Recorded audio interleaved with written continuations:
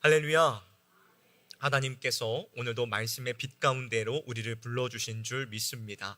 우리 옆에 계신 분들과 함께 인사해 보도록 하겠습니다. 사랑합니다. 축복합니다. 오늘도 말씀 안에서 새 힘을 얻읍시다. 아멘. 오늘도 말씀 안에서 우리가 새 힘을 얻고 또 그 기쁨을 누릴 수 있기를 주님의 이름으로 축원합니다. 우리가 이 세상에서 사람들과 부대끼며 살아가다 보면 크고 작은 상처를 주고받게 됩니다. 직장에서, 이웃과의 만남에서, 때로는 가족이나 신앙 공동체 안에서도 쉽게 아물지 않는 상처를 받곤 하지요. 특히 믿었던 사람들에게 받은 오해나 갈등은 우리의 밤잠을 설치게 할 만큼 깊은 고통을 남기기도 합니다. 세상은 우리에게 이러한 상처를 받았을 때 억울함을 되갚아 주거나 그 사람과 마음의 거리를 두는 것이 스스로를 지키는 현명한 지혜라고 말합니다. 받은 만큼 돌려주거나 단호한 관계를 끊어내는 것이 가장 현실적인 해결책이라고 가르치지요. 이런 세상의 목소리를 따라 우리는 상처받지 않기 위해 마음의 문을 굳게 닫아버리곤 합니다. 하지만 여러분, 이 시간 한번 진지한 마음으로 생각해 보시기를 바랍니다. 세상의 방법처럼 누군가를 끊임없이 미워하고 마음에서 밀어낸다고 해서, 우리가 받은 그 상처를 되갚아 준다고 해서 우리 안에 깊이 자리 잡은 이 상처가 아물고 평안이 찾아오겠습니까? 오히려 미움이라는 감정은 우리를 더욱 복잡하게 만들고 일상의 기쁨마저 빼앗고 맙니다. 그렇다면 이렇게 단단히 얽혀버린 우리 마음의 아픔을 치유하고 무너진 관계를 회복시킬 수 있는 참된 원리는 어디에 있을까요? 내 힘으로는 도저히 끊어낼 수 없는 이 미움에서 벗어날 수 있는 길은 과연 무엇일까요? 오늘 우리가 함께 읽은 이 본문의 말씀을 통해 예수님께서는 우리의 삶의 관계를 풀어낼 분명한 해답을 들려주고 계십니다. 이 시간 선포되어지는 말씀을 통하여서 우리의 마음을 무겁게 짓누르고 있던 미움의 짐들을 모두 내려놓고 참된 자유와 회복의 길을 발견하는 은혜로운 시간이 될 수 있기를 주님의 이름으로 축원합니다. 먼저 첫 번째로, 인간이 가진 관대함에는 분명한 한계가 있습니다. 오늘 우리가 읽은 본문은 예수님의 제자였던 베드로의 질문으로부터 시작됩니다. 마태복음 18장 21절을 보면 베드로가 예수님께 다가와 이렇게 묻습니다. 그때 베드로가 나와 이르되 주여, 형제가 내게 죄를 범하면 몇 번이나 용서하여 주리이까? 7번까지 하오리이까? 이 질문을 던질 때 베드로의 마음은 어떠했을까요? 아마도 예수님께 칭찬을 기대하며 꽤나 자신만만했을 것입니다. 당시 유대 사회에서 율법을 가르치던 사람들은 누군가 잘못을 저지르면 3번까지 용서하라고 가르쳤습니다. 나에게 상처를 준 사람을 3번이나 참아주는 것도 보통 사람들에게는 결코 쉽지 않은 일이죠. 우리나라 말 속담에도 이런 말이 있죠. 참을 인자 3번이면 살인도 면한다 라는 말이 있죠. 그만큼 3번까지 참기란 어렵다라는 말입니다. 그런데 베드로는 그 기준을 훌쩍 뛰어넘어 완전함을 뜻하는 숫자인 7번까지 용서하겠다고 스스로 제안한 것입니다. 베드로는 자신이 할 수 있는 최대한의 너그러움을 끌어올려 예수님 앞에 내놓았습니다. 주님, 저에게 상처를 준 사람을 7번이나 참아주고 용서한다면 저는 참 괜찮은 제자 아닙니까? 라는 마음이 담겨 있었을 것입니다. 사람의 눈으로 볼 때 베드로의 제안은 참으로 넓고 훌륭한 마음이었지요. 그러나 예수님의 답변은 이 베드로의 예상을 완전히 빗나갑니다. 이어지는 마태복음 18장 22절에서 예수님은 이렇게 말씀하십니다. 예수께서 이르시되 내게 이르노니 7번뿐 아니라 7번을 70번까지라도 할지니라. 예수님의 이 말씀은 70번에 7번을 곱해서 490번까지만 용서하고 491번째부터는 미워해도 된다는 뜻이 결코 아닙니다. 이것은 마음속으로 횟수를 세며 용서의 한계를 정해두는 우리의 이 좁은 마음을 내려놓으라는 말씀입니다.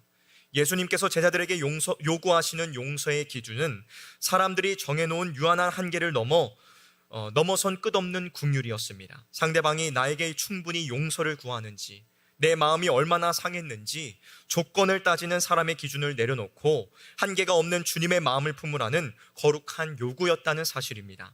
사랑하는 성도 여러분, 말씀을 거울 삼아 우리의 일상을 정직하게 비추어 보기를 원합니다. 우리는 평소에 얼마나 관대하게 이웃을 용서하며 살아가고 있습니까? 우리는 자주 베드로와 같은 모습으로 살아갑니다. 내 마음속에 보이지 않는 선을 그어놓고 내가 여기까지는 참아준다, 3번까지는 봐주지만 4번째는 어림없다라며 스스로 기준을 정합니다. 나의 자존심을 건드리지 않는 선에서만 관대함을 베풉니다. 상대방이 내게 사과하고 고개를 숙일 때만 용서하려 합니다. 내가 정해놓은 선을 넘어서면 언제든지 마음을 닫고 등을 돌리는 것이 우리의 솔직한 모습 아닙니까? 우리의 용서는 이처럼 철저하게 조건적이며 내 중심적입니다. 우리는 내 힘과 의지만으로는 예수님께서 말씀하신 70번씩 7번이라는 무한한 용서의 기준에 도달할 수 없는 연약한 존재들입니다. 내 안에는 나에게 아픔을 준 형제를 진심으로 품어낼 능력이 없음을 이 시간 정직하게 인정해야 합니다. 오늘 이 시간 내가 스스로 정해놓은 용서의 한계와 관대함의 잣대를 십자가 앞에 겸손히 내려놓을 수 있기를 주님의 이름으로 축원합니다. 내 힘으로는 내게 상처를 준 사람을 온전히 용서할 수 없음을 주님 앞에 고백합시다. 우리의 계산을 버리고 인간의 한계를 뛰어넘는 주님의 마음을 내 안에 채워주시기를 간구해야 합니다. 내 안에 좁은 마음을 열어주시고 주님의 넓은 긍휼을 담아낼 수 있도록 그러한 마음을 내게 달라고 엎드려 기도하는 저와 여러분이 되시기를 주님의 이름으로 축원합니다. 다음 2번째로 우리는 갚을 수 없는 엄청난 은혜를 입은 자들이란 사실을 기억해야 됩니다. 자신의 너그러움을 자랑스러워하던 베드로에게 한계가 없는 용서를 말씀하신 예수님께서는 우리가 어떻게 그러한 용서의 삶을 살아갈 수 있는지 깨우쳐 주시기 위해 한 가지의 이야기를 들려주십니다. 그것이 바로 오늘 본문에 등장하는 빚진 종의 비유이지요. 마태복음 18장 23절과 24절의 말씀입니다. 그러므로 천국은 그 종들과 결산하려 하던 어떤 임금과 같으니 결산할 때에 10,000달란트 빚진 자 하나를 데려오매 결산을 하려는 임금 앞에 한 종이 끌려왔는데 그가 임금에게 진 빚이 자그마치 얼마였습니까? 10,000달란트였습니다. 여러분, 이 10,000달란트는 당시 사람들이 상상하기조차 어려운 엄청난 액수였습니다. 1달란트만 하더라도 평범한 사람이 20년을 한 푼도 쓰지 않고 모아야 만질 수 있는 큰 돈이었습니다. 그렇다면 10,000달란트는 얼마나 될까요? 장정이 20만 년을 쉬지 않고 일해야 벌 수 있는, 사람의 힘으로는 상환이 불가능한 액수입니다. 예수님께서 이렇게 터무니없는 큰 숫자를 말씀하신 이유는 이 빚이 종의 힘이나 노력으로는, 사람의 힘이나 노력으로는 절대로 해결할 수 없는 절망적인 무게임을 보여주시기 위함이었습니다. 갚을 길이 없는 종을 향해 임금은 그의 몸과 아내와 자녀들 그리고 모든 소유를 팔아 빚을 갚으라고 엄히 명령합니다. 당장 모든 것을 잃고 영원한 종살이를 해야 할 처지에 놓인 그는 임금 앞에 엎드려 절하며 조금만 참아주시면 다 갚겠다고 간청합니다. 하지만 종도 임금도 그것이 현실적으로 불가능한 약속이라는 것을 너무나도 잘 알고 있었습니다. 그런데 이 절망의 순간에 참으로 놀라운 일이 일어나게 됩니다. 오늘 본문이 27절은 이렇게 기록합니다. 그 종의 주인이 불쌍히 여겨 놓아 보내며 그 빚을 탕감하여 주었더니, 임금은 종의 약속 때문이 아니라 오직 엎드려 있는 그를 불쌍히 여기는 마음 하나로 그 엄청난 빚을 전액 탕감해 줍니다. 빚의 일부를 깎아주거나 상한 기간을 늘려준 것이 아니었습니다. 조건 없이 그 무거운 빚을 흔적 없이 지워주었습니다. 종은 그 순간 절망의 끝에서 새로운 생명을 얻게 된 것입니다. 예수님께서 이 비유를 통해 우리에게 들려주시는 메시지는 너무나도 명확합니다. 비유 속에 등장하는 이 자비로운 임금은 바로 온 우주의 통치자이신 하나님이십니다. 그리고 평생을 갚아도 해결할 수 없는 이 10,000달란트의 빚을 진 자는 다름 아닌 바로 우리 자신입니다. 세상의 눈으로 볼 때에 나는 제법 선하게 살아온 것 같아도, 남들에게 피해를 끼치지 않은 도덕적인 삶을 살아온 것 같아도 지극히 거룩하신 하나님 앞에서는 모두가 멸망을 피할 수 없는 무거운 죄의 빚을 진 자들입니다. 내 지혜나 선한 행실, 나의 어떠한 공로로도 그 죄의 빚을 갚을 길은 전혀 없었습니다. 하지만 자비로우신 하나님께서는 죄악으로 죽어가는 우리를 불쌍히 여기셨습니다. 이 10,000달란트의 빚을 탕감해 주시기 위해 하나님께서는 가장 귀한 독생자를 이 땅에 보내주신 것입니다. 예수님께서는 우리가 갚아야 될 그 무거운 죄값을 대신 짊어지시고 십자가에서 생명을 내어주시며 우리의 빚을 다 갚아주셨습니다. 거저 베풀어진 용서 같지만 하나님 편에서는 자신의 아들의 생명이라는 상상할 수 없는 값을 지불하신 은혜입니다. 우리는 바로 이 십자가의 보혈을 통해 갚을 길 없던 죄의 빚을 완전히 탕감받고 하나님의 존귀한 자녀가 되는 구원을 얻게 되었습니다. 사랑하는 성실의 성도 여러분, 오늘 우리가 이 자리에 앉아 예배를 드리고 내일을 소망하며 평안을 누릴 수 있는 이유는 내가 남들보다 의롭고 선해서가 아닙니다. 오직 십자가에서 내 죄값을 다 치러주신 하나님의 그 헤아릴 수 없는 은혜 덕분에 우리가 이 자리 가운데 나와 있는 것입니다. 신앙생활은 이 1만 달란트 탕감받은 은혜를 내 가슴 깊이 새기는 것에서부터 시작된다는 사실을 여러분들은 기억하실 수 있기를 바랍니다. 이 시간 내 마음을 겸손히 낮추고 십자가를 바라보기를 원합니다.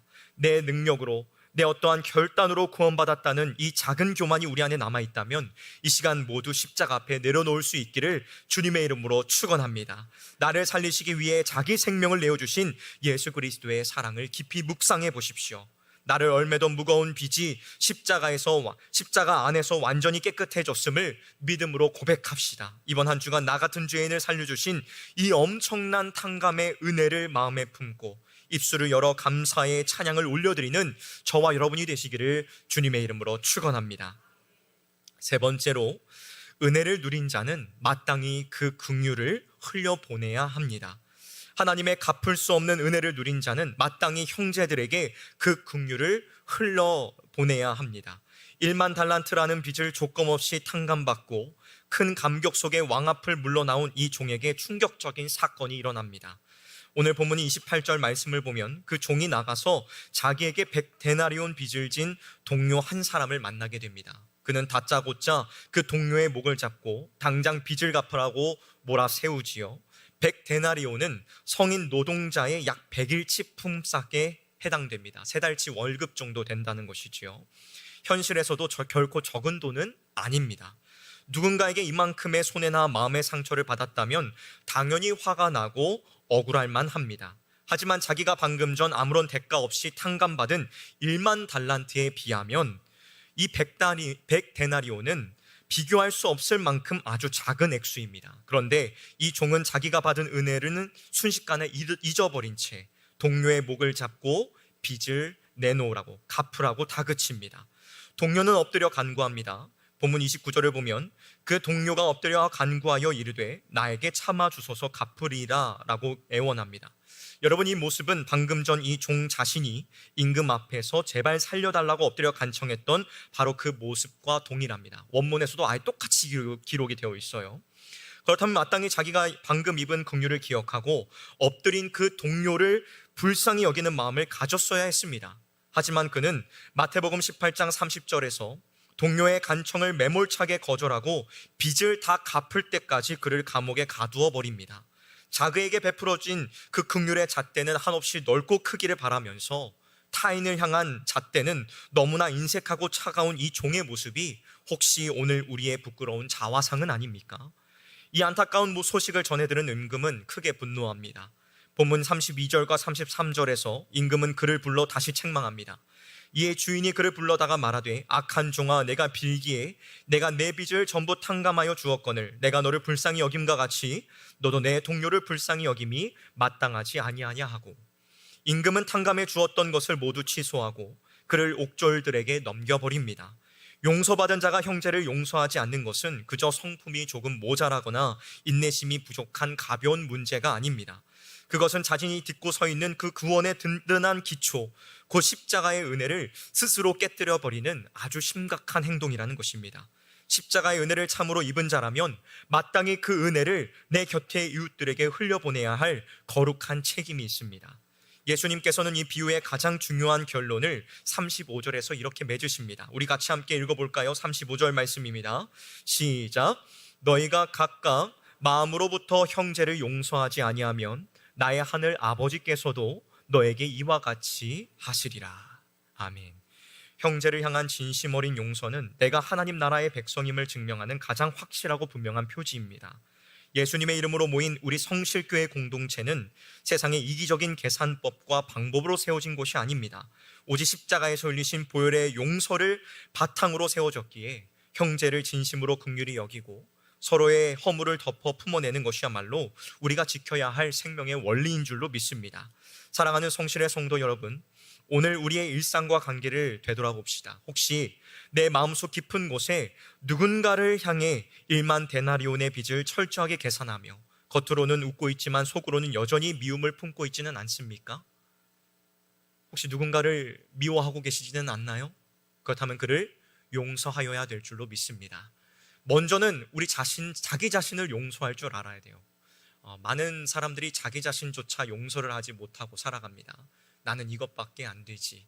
그치, 내가 뭘 이라면서 죄책감 가운데 살아갑니다. 그러나 여러분 그러지 마십시오. 주님께서 이미 여러분들을 용서하셨습니다. 자기 자신을 용서하십시오.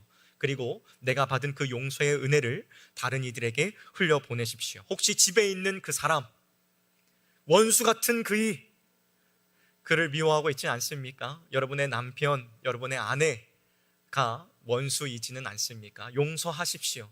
주님께서 나를 용서하셨다면 나도 그를 용서함이 마땅한 것입니다.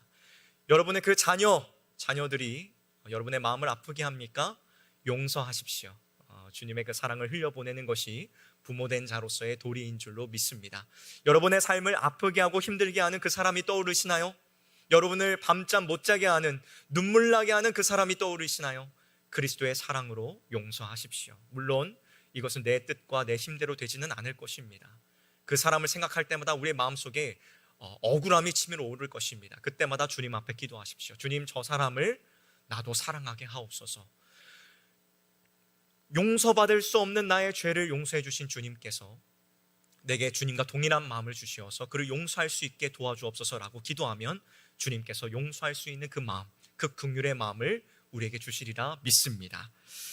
나에게 상처를 준 사람의 잘못이 내 눈에는 아무리 커 보여도 내가 하나님 앞에 지었던 죄악에 비하면 지극히 작은 것임을 우리는 늘 기억해야 합니다. 나 같은 죄인을 조건 없이 품어주신 주님의 십자가 사랑이 내 안에 살아 숨쉬고 있다면 우리는 내 곁에 있는 지체들의 연약함과 실수를 마땅히 덮어주고 용납할 수 있어야 합니다. 이 시간 미움과 서운함으로 굳게 닫혀있던 우리의 마음의 문을 활짝 여시기를 주님의 이름으로 축원합니다. 내 힘과 내 좁은 이 마음으로는 도무지 형제를 용서할 수 없지만 나를 먼저 품어주신, 나를 덮어주신 십자가의 은혜를 의지할 때에 주님께서 넉넉히 품을 수 있는 긍휼의 마음을 부어주실 줄 믿습니다. 나에게 빚진 자, 나에게 상처 준 자를 진심으로 불쌍히 여기며 먼저 사랑의 손을 내미는 아름다운 믿음의 결단이 우리 성실의 모든 성도님들에게 있기를 주님의 이름으로 축원합니다. 말씀을 마무리하도록 하겠습니다. 사랑하는 성실의 성도 여러분, 나에게 상처와 아픔을 준 사람을 나의 의지와 감정만으로 용서하기란 결코 쉬운 일이 아닙니다. 머리로는 용서해야 한다고 생각하면서도 막상 그 사람을 떠올리면 다시금 억울함이 밀려오고 마음이 어려워지는 것이 우리의 연약한 현실입니다. 그러나 이 시간 우리 안에 남아있는 그 억울함과 미움을 십자가 앞에 모두 쏟아놓기를 주님의 이름으로 축원합니다. 나의 억지, 노력이나 결심으로는 옆에 있는 형제를 온전히 용서할 수 없습니다. 오직 내가 먼저 조건 없이 받은 그 크고 놀라운 탕감의 은혜를 깊이 묵상할 때에 우리는 옆에 있는 이들을 용서할 수 있다는 것입니다. 우리 옆에 계시는 분들의 얼굴을 한번 바라보실까요? 그리고 함께 고백하도록 하겠습니다. 내가 당신을 용서합니다. 옆에 계신 분들에게 다시 한번 이렇게 이야기하도록 하겠습니다. 나를 용서해 주세요. 네, 이렇게 서로 용서를 구하며 서로 긍휼의 사랑으로 하나가 되는 우리 성실의 성도님들이 되시기를 축복합니다. 하나님께서 갚을 길 없는 나의 큰 허물과 죄를 끝까지 참아주셨듯이 이제는 우리가 내 곁에 있는 지체들을 참아주고 용납해야 할 때입니다. 오늘 본문 35절에서 예수님께서는 너희가 각각 마음으로부터 형제를 용서하지 아니하면 나의 하늘 아버지께서도 너희에게 이와 같이 하시리라 라고 분명하게 말씀하셨습니다. 주님께서 이렇게 명령하신 이유는 형제를 진심으로 용서하고 품어내는 것이 내가 진정한 자유를 누리고 우리 교회 공동체가 온전히 회복되는 유일한 생명의 길이기 때문에 이렇게 말씀하신 것입니다. 이제 예배당 문을 나서며 치열한 삶의 자리로 돌아가는 이번 한 주간 마음속에 굳게 닫아두었던 관계의 문을 용기 내어 여시기를 주님의 이름으로 부탁드립니다. 십자가의 엄청난 사랑에 빚진 자로서 이웃에게 넉넉한 긍휼을 흘려보내며 끊어졌던 그 관계의 손을 다시금 따뜻하게 맞잡는 저와 여러분이 되시기를 주님의 이름으로 축원합니다. 우리가 믿는 자라면 하나님 나라의 백성이라면 마땅히 우리가 먼저 손을 내밀어야 될 줄로 믿습니다. 그가 먼저 손을 내밀기를 기다리지 마시고 여러분들이 먼저 손을 내밀어 보십시오. 그게 그리스도를 믿는 자들이 마땅히 보여야 될 삶의 태도인 줄로 믿습니다. 이번 한 주도 우리의 마음을 아프게 하는, 우리의 마음을 껄끄럽게 만드는 그 사람을 그리스도의 사랑 안에서 용서하고 용납할 수 있는 우리 성실의 모든 성도님들이 되시기를 주님의 이름으로 축원합니다. 기도하도록 하겠습니다. 주님,